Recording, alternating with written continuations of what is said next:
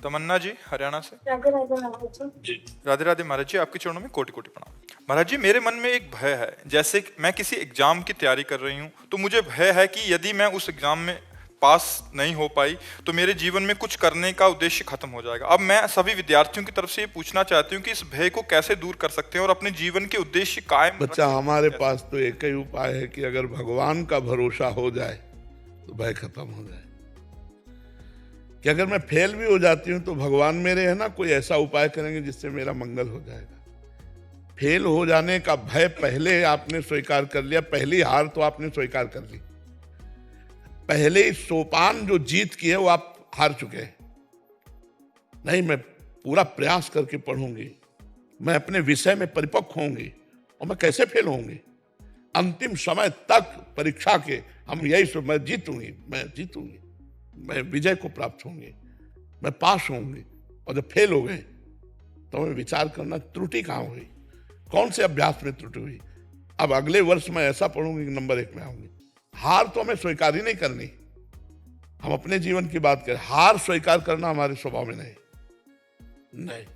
जिद्दी स्वभाव, हार स्वीकार नहीं करना। अगर हमें कहीं भी हार लगती है तो हम उस कमी को देखते हैं, 100 बार उस कमी को ठीक करने की कोशिश। अगर 100 बार हारेंगे तो हम स्वीकार नहीं करेंगे मैं हारा हूं। नहीं, मैं एक दिन जीतूंगा, मैं ये कमी को दूर करूंगा, आगे बढ़ूंगा। अब जैसे विद्यार्थी पहले से डर गया, अब वो इतना घबराया हुआ तो जरूर कमी कर देगा। घबराया हुआ आदमी कहीं सफल नहीं होता। हमारी बात समझना, चाहे खेल में हो, चाहे पढ़ाई में हो, या किसी भी हो, थोड़ा निर्भय होना चाहिए।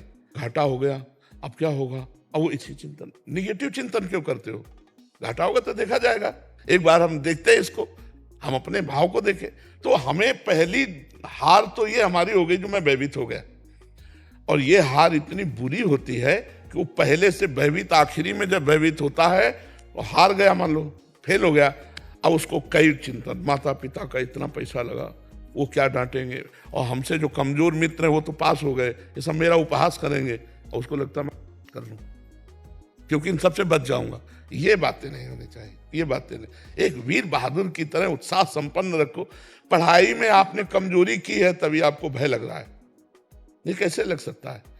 अगर आप संयम से चल रहे हैं, आपको सच्ची बताता हूं, अगर आप ब्रह्मचारी हैं, संयम से चल रहे हैं विद्यार्थी जीवन में, तो कोई भी पूरी बुक का बुक बोल दो और 10 बार सुनाओ और इसके बाद हमसे सुन लो।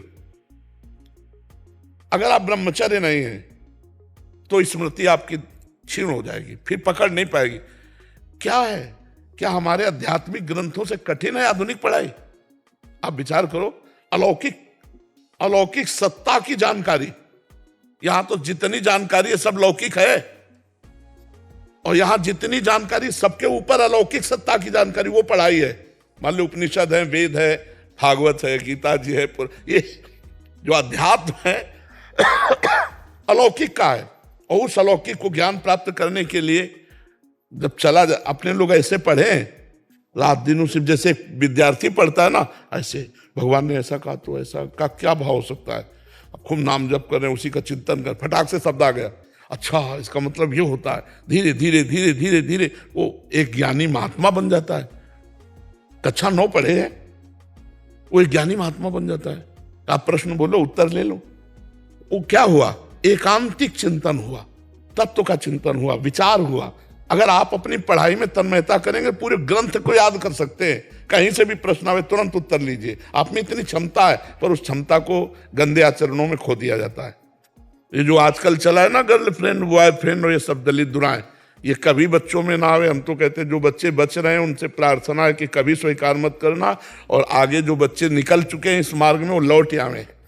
ये बहुत गलत मार्ग है, इससे तुम्हारी स्मृति नष्ट हो जाएगी, तुम्हारी हृदय शक्ति कमजोर हो जाएगी। अभी बच्चे हो, ये अवस्था के अनुसार होता है। जब 20-22 अवस्था में ब्याह हो जाए फिर गृहस्थी में जाओ, तब वो अपने धर्म का प्रयोग करो। ये ऐसे नहीं करना चाहिए। और ये भय आदि जो है ना, इनको छोड़ो, पढ़ाई में मन लगाओ। हम पास क्यों नहीं होंगे, मेहनत किया भाई, क्यों नहीं पास होंगे। ऐसा कोई प्रश्न नहीं आता जो हमारे सब्जेक्ट से बाहर हो। आप विचार करो, हमने अपने सब्जेक्ट की तैयारी क्यों नहीं की, ये हमारी कमी है। अगर वो ऐसा प्रश्न दे जो सब्जेक्ट से बाहर हो, तब तो भाई अब मतलब हम असमर्थ हैं कि पता नहीं क्या प्रश्न आएगा, लेकिन हमारे टीचर जो हमें पढ़ाए हैं उसी में आएगा, आता है ना। तो हमने अपना सब्जेक्ट क्यों तैयार नहीं किया, हम अपने विषय में क्यों प्रमाद किए, और फिर भय कर रहे हैं, तो भय तो भी लगेगा ही नहीं। हमें तो कंठस्थ होना चाहिए। मतलब आप समझो, अगर आप ब्रह्मचारी हो तो ग्रंथ का ग्रंथ कंठस्थ कर सकते हो, कोई परेशानी नहीं होगी दिमाग में। आज जो बच्चे कहते हैं ज्यादा पढ़ो तो सर दर्द करने लगता है, आंखें कमजोर है, ब्रह्मचर्यहीनता, खुली बात कह रहे, ब्रह्मचर्यहीनता। अगर ब्रह्मचर्य पुष्ट रखोगे कभी नहीं ऐसा बात आएगी। एक आदमी बदल गया ना, हमारा जीना सार्थक हो गया, हमारी साधुता सार्थक हो गई, हमारा जीवन सार्थक हो गया। तो हम अपने कर्तव्य पे लगे हुए हैं, तो उसका फल देख रहे हो।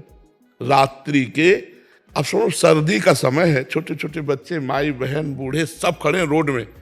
अब कई घंटों से खड़े होंगे, हम 2 बजे निकलते हैं, घंटों से खड़े, बस इतना, किसी को देखा किसी को नहीं भी देख पाए, बस ऐसे ऐसे करते चले जा रहे।